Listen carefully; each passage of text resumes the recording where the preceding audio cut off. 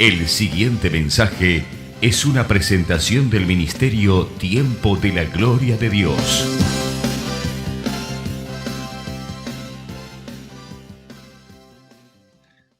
Vamos a hablar acerca de nuestro Señor Jesucristo y vamos a ver 4 cosas que podemos tomar de ejemplo del Señor, 5 cosas que podemos tomar de ejemplo de nuestro Señor para definir el propósito de nuestra vida, para tomar al Señor Jesús como ejemplo, ¿verdad?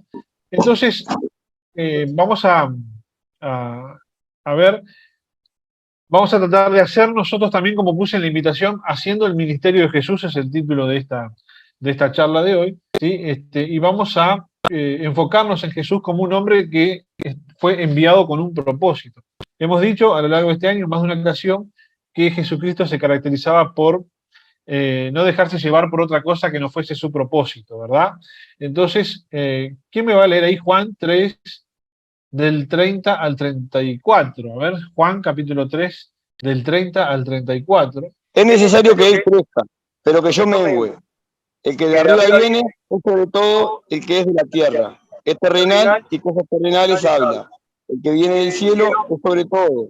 Y lo que vio y oyó, esto testifica. Y nadie recibe su testimonio. El que recibe su testimonio, este atestigua que Dios es veraz. Porque el que Dios envió, las palabras de Dios habla. Pues Dios no da el brazo de Dios habla. Pues Dios no da el espíritu por medida. El ministerio de Jesucristo, allá este pasaje está enfocado en el inicio del ministerio de Jesucristo. Jesucristo se acaba de encontrar con Juan el Bautista. Juan el Bautista está dando su indicación de que es necesario que él cada vez sea menos para que Jesucristo cada vez sea más. Y nos estamos enfocando en este momento del ministerio de Jesús para tomar el ministerio de nuestro Señor Jesús como la única regla por la cual nosotros tengamos que medir el éxito de nuestro ministerio personal, ¿sí? Porque así era como lo estaba haciendo Juan el Bautista. Juan el Bautista estaba midiendo el éxito de su ministerio en función del ministerio de Jesucristo. Decía, bueno, le decían, Jesús bautiza más gente que a vos, y todo ese tipo de cosas la gente le comentaba, porque la gente mide el éxito de una manera, ¿verdad? En el momento en el que estamos parados en este pasaje, por ahí la gente medía el éxito de un ministerio en cuanto a la cantidad de personas que se bautizaban, en cuanto a la cantidad de seguidores que tenía un líder, y esa es la medida normal. Y la medida que Juan el Bautista elige para su ministerio es compararse con el ministerio de Jesús y decir, bueno, si el ministerio de Jesús es el que está creciendo, el mío está muy bien que vaya decreciendo, ¿sí? Por lo tanto, eso nos da una pauta o nos motiva, nos desafía a que cuando nosotros analicemos lo que estamos haciendo en nuestras vidas y cómo estamos sirviendo al Señor, siempre nos acordemos de compararlo con el ministerio de Jesucristo, ¿sí? Que nuestro ministerio tiene que ser igual en funcionamiento a como funcionaba el ministerio del Señor Jesús, tiene que ser igual en poder. Tenemos que ver nuestro ministerio como una continuidad del ministerio de Jesús en la tierra, para que también tengamos nosotros el mismo resultado que el Señor Jesús tenía cuando estaba aquí, ¿sí?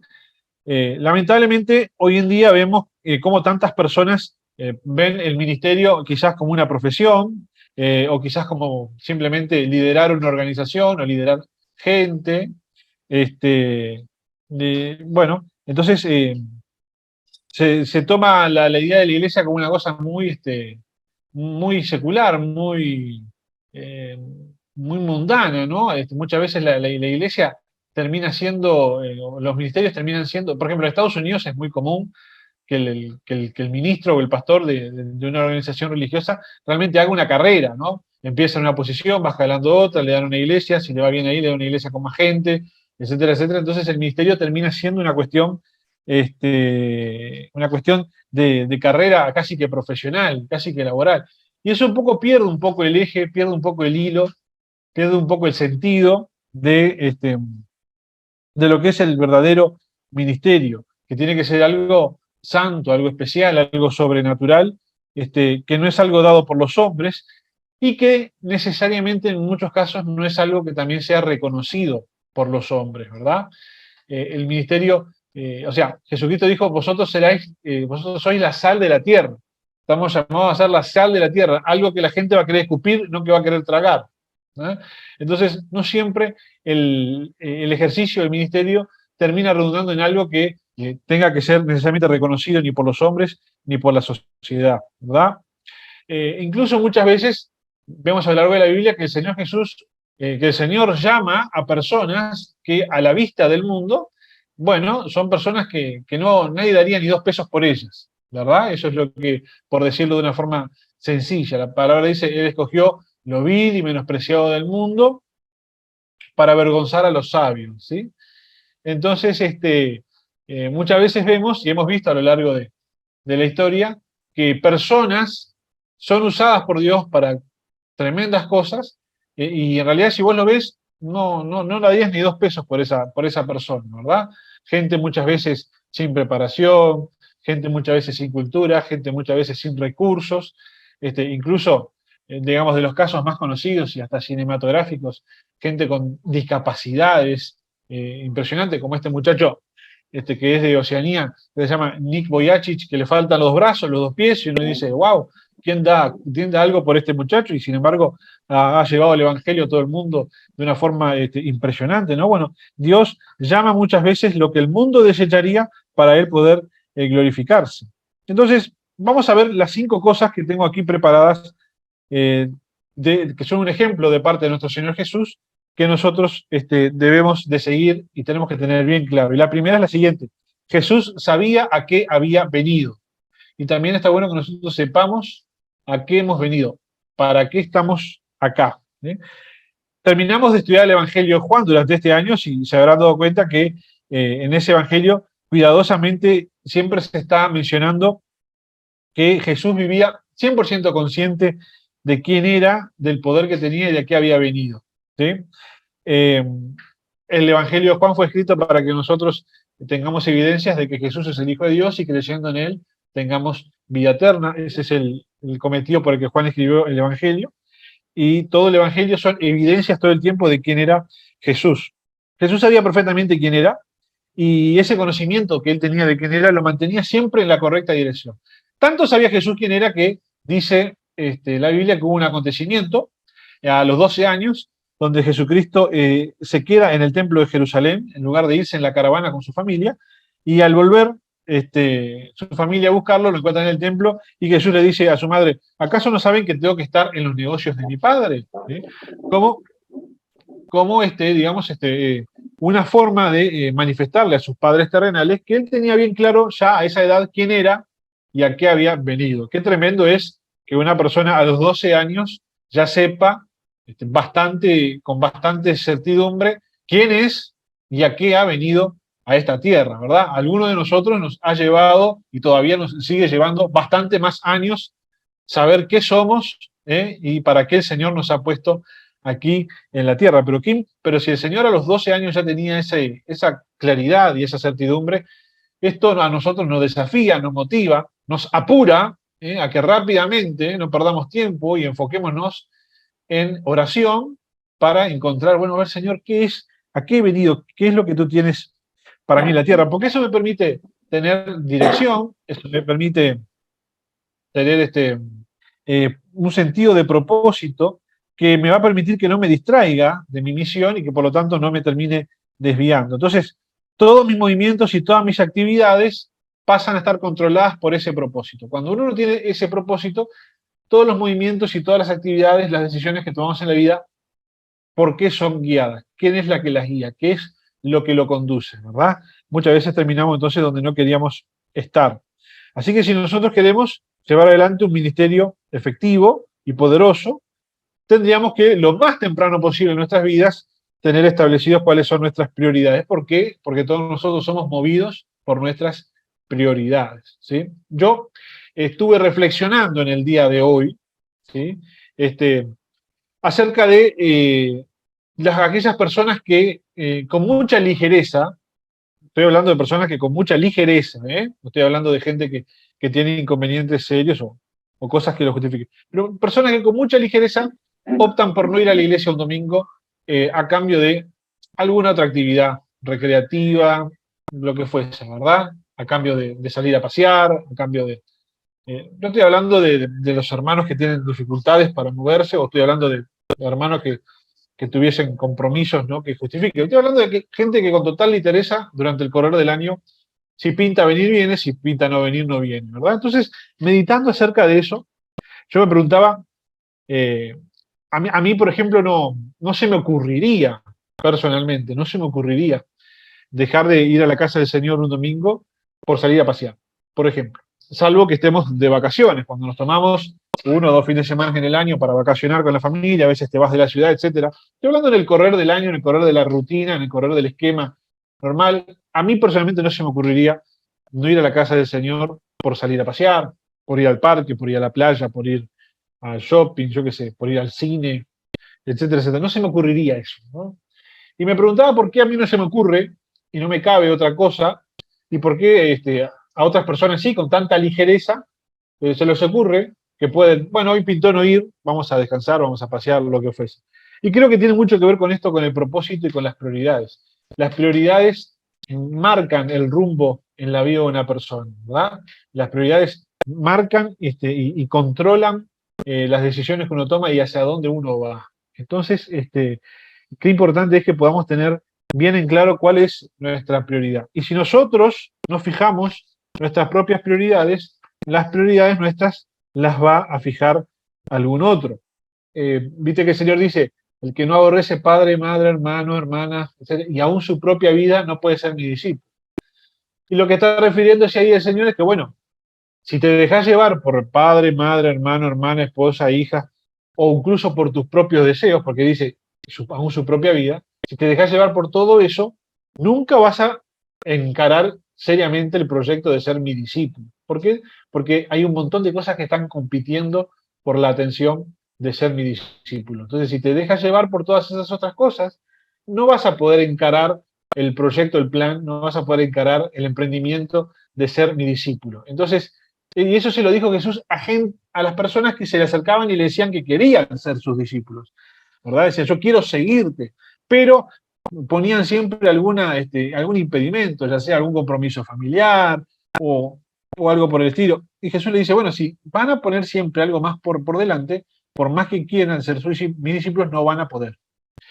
Entonces eso significa que, al fin y al cabo, si yo me dejo llevar por un montón de otras cosas, no soy yo el que termina fijando mis prioridades, ni soy yo el que termina fijando mi propósito, sino que me lo fijan los demás, ¿sí?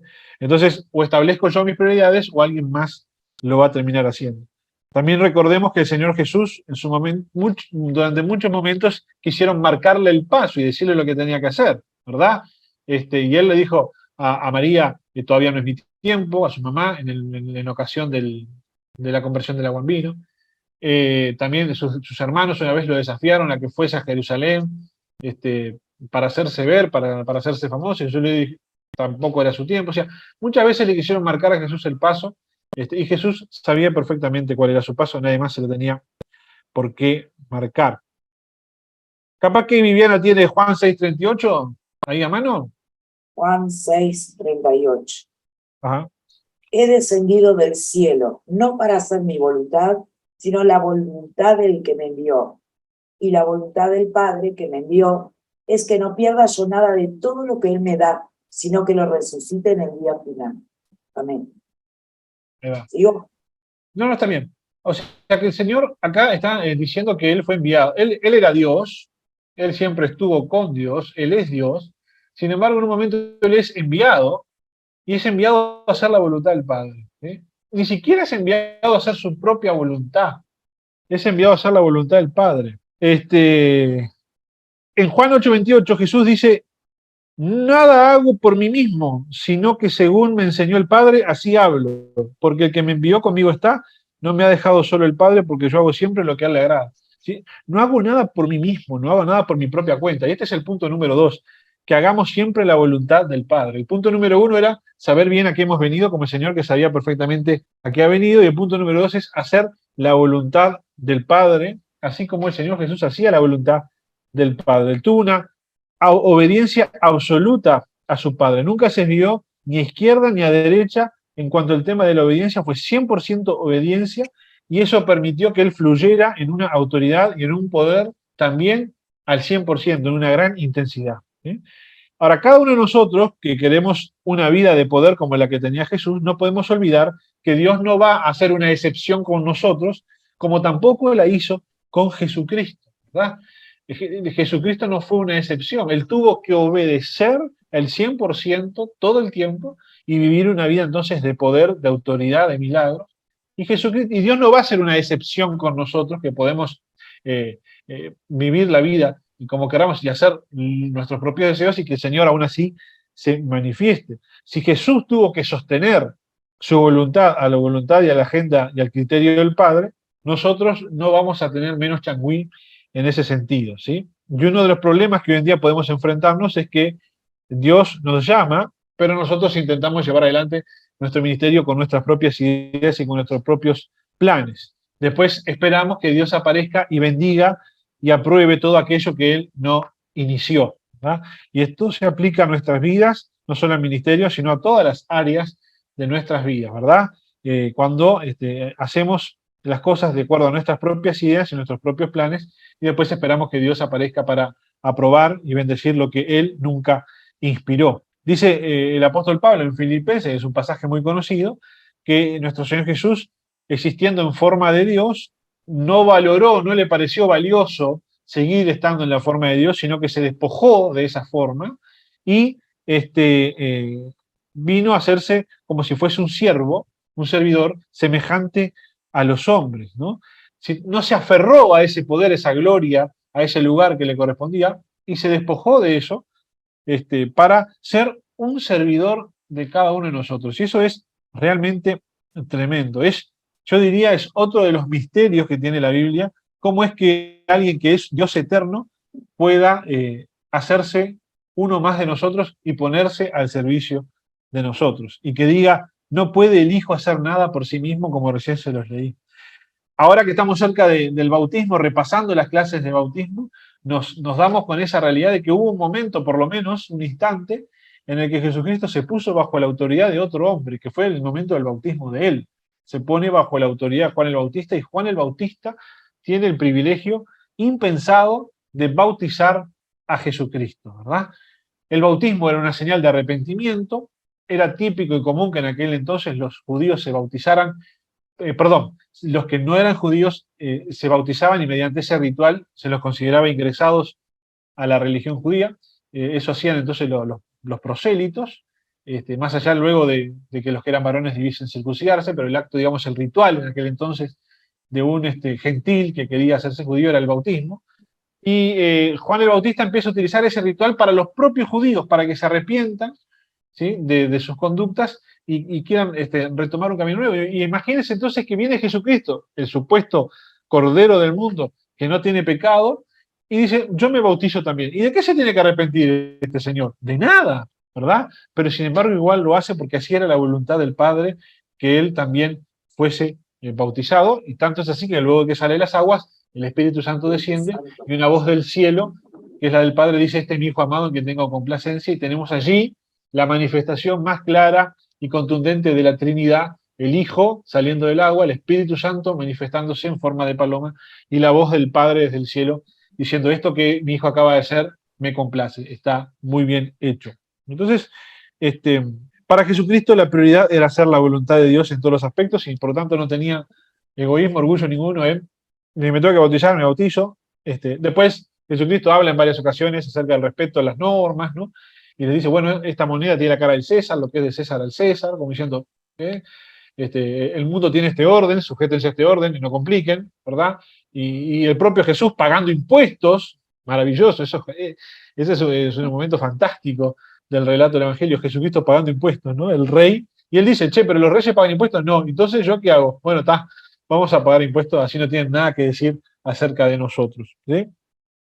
Así que, y además, bueno, esto tenía que ser de esta manera, no podía ser de otra manera, porque la idea es que Jesús venía a salvar a la humanidad que estaba en rebelión en contra de Dios a causa de la desobediencia. Entonces, la única forma de poder salvar a la humanidad que estaba en la situación que estaba por la desobediencia era teniendo una vida de absoluta obediencia. Así que este es el punto 2, hacer la voluntad del Padre. El punto 1 era saber muy bien, saber a qué hemos venido. El punto número 2, hacer la voluntad del Padre. Todos son ejemplos de Jesucristo.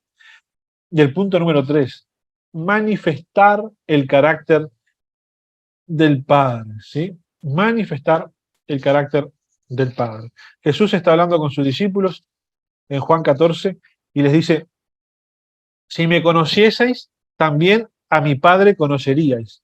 Y desde ahora le conoces y le habéis visto. Entonces, Jesucristo, en su forma de actuar, en su forma de hablar, en su forma de expresarse, era la revelación en carne de lo que era el Padre, ¿sí? Si vos veías a Jesucristo y que interactuabas con Jesucristo y conocías a Jesucristo, estabas automáticamente también conociendo al Padre. Hasta el día que Jesús vino a la tierra, nadie había conocido verdaderamente a Dios en su esencia y en su carácter, ¿sí? Uno de los conceptos nuevos que trajo Jesucristo fue la paternidad de Dios. Incluso fue un concepto que resultó bastante escandaloso que él anduviese por allí diciendo que él era hijo de Dios, ¿sí? Y esto es un punto fundamental en la vida de la humanidad, porque nuestro Dios es el único Dios que vino a la tierra y que fue uno de nosotros y que anduvo con nosotros. Todos los demás dioses que la humanidad se ha creado y ha venerado son ideas, ¿verdad?, que quedan por allí, pero que en realidad nunca se han manifestado. En muchos casos no son más que estatuas, no son más que adornos para decorar una casa, ¿sí? Pero el Dios que se reveló a la humanidad y vino no fue solo un Dios alejado y lejos de la experiencia humana o lejos de la problemática humana, sino un Dios que vino y se identificó con los seres humanos, fue nuestro Dios. Y Jesús nos reveló a ese Padre bueno que está interesado hasta en las cosas más insignificantes de nuestra vida. Bueno, y como ya les dije, estas manifestaciones de Jesús acerca de su vínculo con Dios, como de Padre e Hijo, generó muchísimo malestar en aquel momento y hasta incluso buena parte de la persecución. A Jesucristo se lo acusó en su momento de supuestamente blasfemar, ¿verdad?, al hacerse él mismo igual a Dios, ¿sí? Entonces, si nosotros queremos ministrar con la misma efectividad con la que Jesús lo hizo, tenemos que conocer el verdadero carácter de Dios para después poder también transmitírselo a la gente. La única manera de poder acercar a una persona a Dios es que nosotros podamos manifestar el carácter de Dios también. Nosotros, al igual que Jesús, estamos en el mismo mundo en el que Jesús estaba, un mundo repleto de dificultades, un mundo repleto de desórdenes, de desgracias, de dolor, ¿sí? Entonces, concluimos que todo eso es el resultado de que la gente no conoce a Dios, no conoce el carácter de Dios, no conoce el Dios de amor, no conoce un Dios de gracia, un Dios de compasión. Entonces, nosotros necesitamos transmitirle a las personas ese carácter que Dios tiene. De la misma manera que el Señor Jesús recibió, entonces, también persecución, nosotros también vamos puede ser que vayamos a recibir persecución también, dificultades también. De la misma manera que el Señor Jesucristo enfrentó resistencias a causa de mostrar el carácter del Señor. Fíjense, hay un montón de pasajes de la Biblia que muestran el carácter bondadoso del Señor. Quizás el más escandaloso de todos y el que más nos viene a la mente es aquel en que Él perdona la vida de la mujer que se encontraba en acto de adulterio, ¿no? Fíjense en que allí Él comparte claramente ese carácter bondadoso y amoroso y de dar nuevas oportunidades del Señor, ¿sí? Así que, punto número 3, tenemos que manifestar el carácter del Padre. Así que el punto 1, les dije, tenemos que saber a qué hemos venido. El punto 2, tenemos que hacer la voluntad del Señor. El punto 3, tenemos que manifestar el carácter del Padre. Para eso es fundamental que ese carácter del Padre se forme también en nosotros primero, ¿verdad? Que tengamos ese deseo, esa voluntad de que cada vez nuestro carácter, nuestro temperamento, nuestra forma de ser sea cada vez más parecida a la del Señor, porque el Señor va a ver eso en nuestras vidas, porque la gente va a ver eso en nuestras vidas, y entonces va a sacar sus conclusiones, ¿verdad? Lamentablemente, a lo largo de la historia, muchas personas no se alejan de la iglesia, se alejan de Dios, se alejan del mensaje, no porque estén decepcionadas con Dios, sino porque están decepcionadas con la idea que nosotros le hemos transmitido de Dios, ¿verdad? Personas que no han tenido la posibilidad, no se han dado la posibilidad de conocer personalmente a Dios, a pesar de sus hermanos imperfectos, y que bueno, entonces, lamentablemente muchas veces, y ahí nosotros tenemos que asumir esa responsabilidad, es nuestra tarea mejorar siempre en ese sentido, porque muchas veces las personas no rechazan a Dios, rechazan la idea que nosotros les transmitimos de Dios, que está muy lejos de lo que es Dios mismo, ¿no? Y eso es una responsabilidad de nuestra parte, porque tenemos que manifestar bien la idea de Dios, tenemos que manifestarla bien. Entonces, y somos el reflejo. La Biblia dice que nosotros como iglesia somos el cuerpo de Cristo, es decir, Cristo no está acá en una forma corporal, pero estamos nosotros, que somos las manos de Cristo, somos los pies de Cristo, la boca de Cristo, entonces los ojos de Cristo. Entonces, bueno, ese es nuestro deber y es una responsabilidad muy grande, ¿sí? Punto 4. También tenemos que dedicarnos a destruir las obras del enemigo. Tenemos que dedicarnos a destruir las obras del enemigo. El apóstol Juan, en una de las epístolas que escribió, dice en 1 Juan 3:8, el que practica el pecado es del diablo, porque el diablo peca desde el principio. Para esto apareció el Hijo de Dios, para deshacer las obras del diablo, ¿sí? Jesús sabía perfectamente que él venía a esta tierra para confrontar cara a cara al enemigo.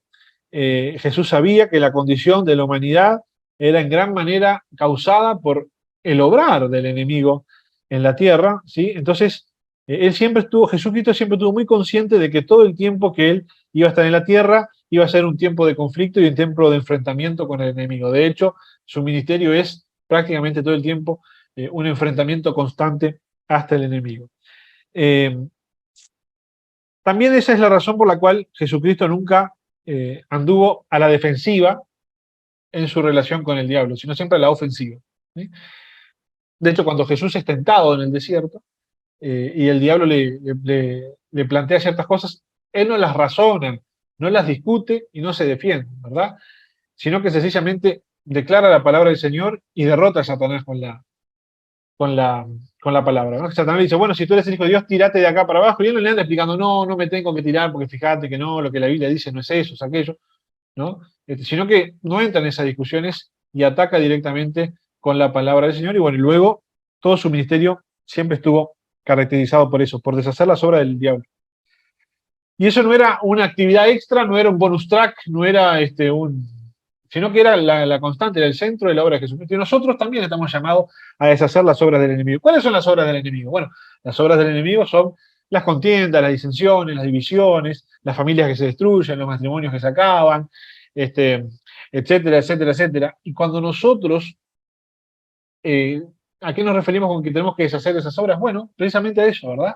A que nuestra tarea, que nuestro trabajo, termina redundando en que todos esos planes oscuros se frustren, ¿verdad? Y que las familias se restauren, que los matrimonios se restauren, que las relaciones con los hijos se restauren, ¿sí? Que no existan las contiendas, que no existan las disensiones, que no existan las divisiones, ¿verdad? Que pongamos siempre la paz y pongamos siempre la pacificación.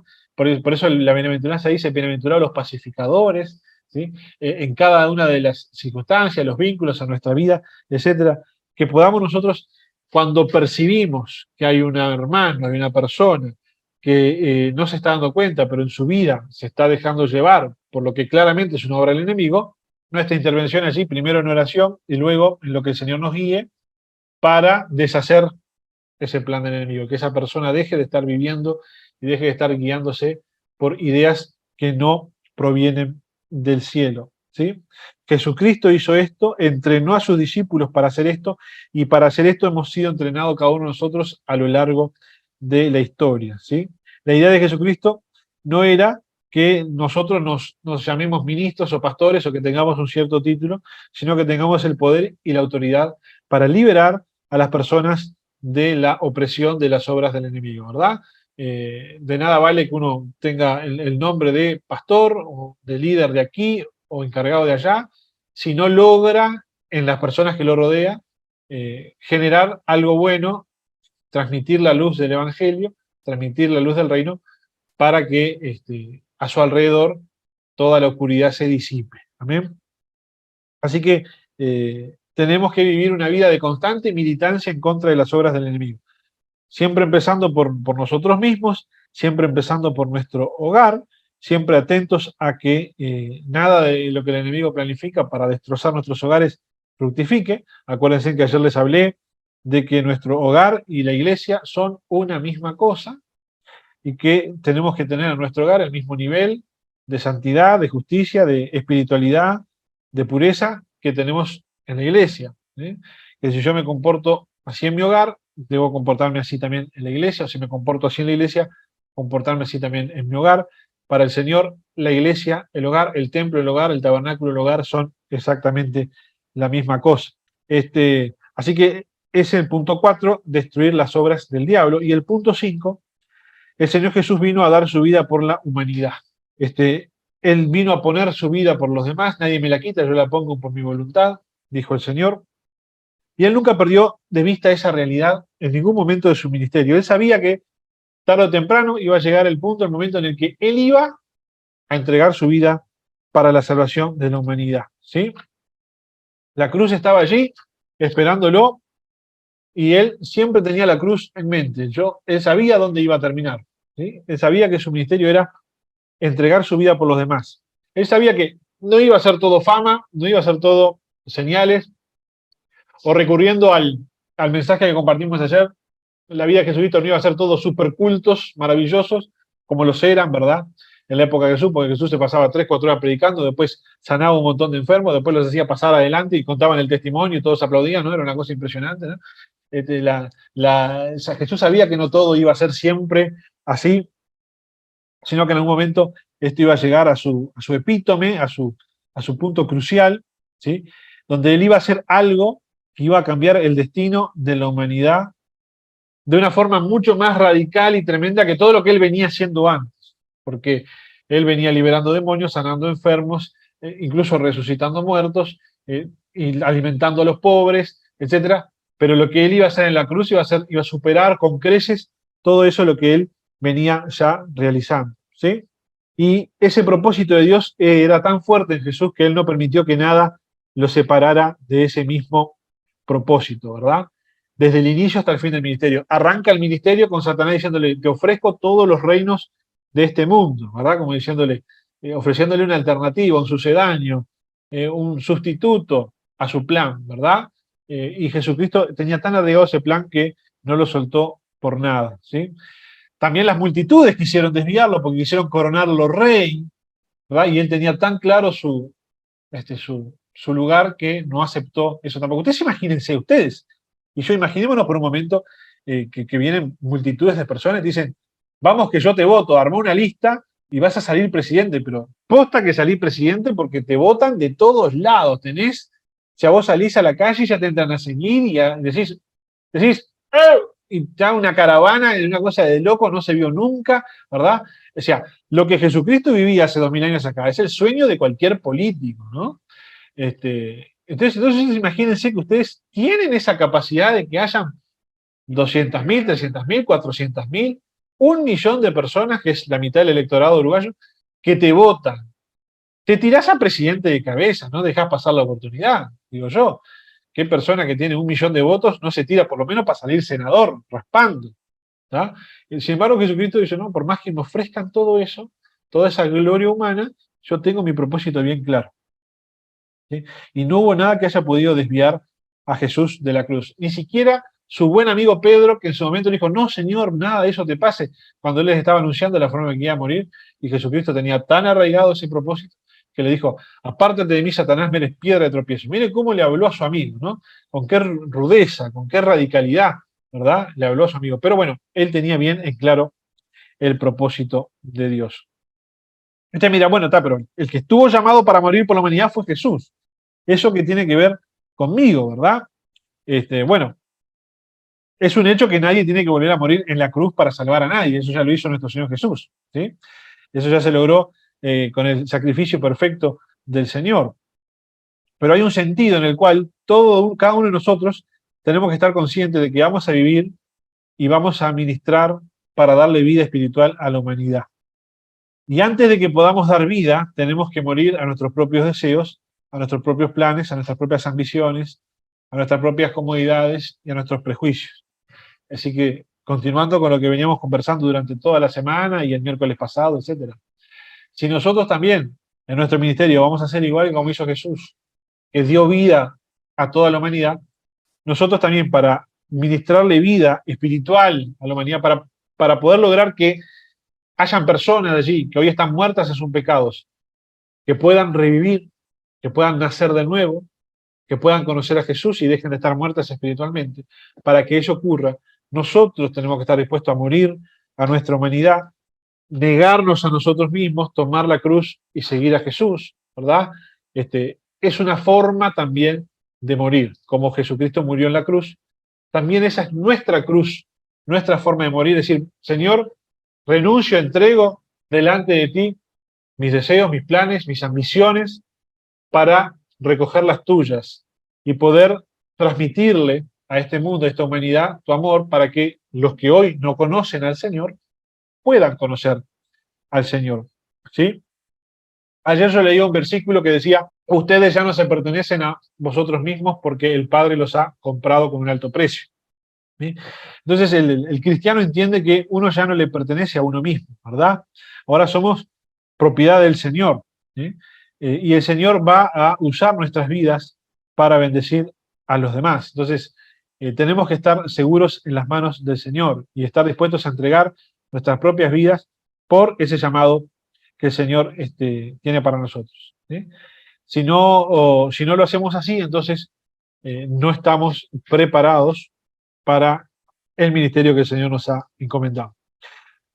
Así que vamos a repasar los 5 puntos del ministerio de Jesús que tenemos que tener claro para poder hacer el ministerio de la misma manera que Él. El punto es, Jesús sabía a qué había venido. Jesús vino a hacer la voluntad del Padre. Jesús vino a manifestar el carácter del Padre. Jesús vino a destruir las obras del enemigo.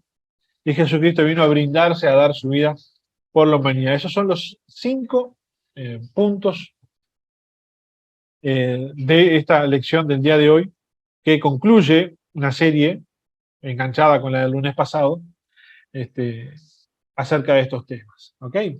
Así que les voy a invitar a que oremos para estar terminando esta lección del día de hoy, y luego sí, escuchamos los comentarios de todos. Amén. Fue una presentación del Ministerio Tiempo de la Gloria de Dios.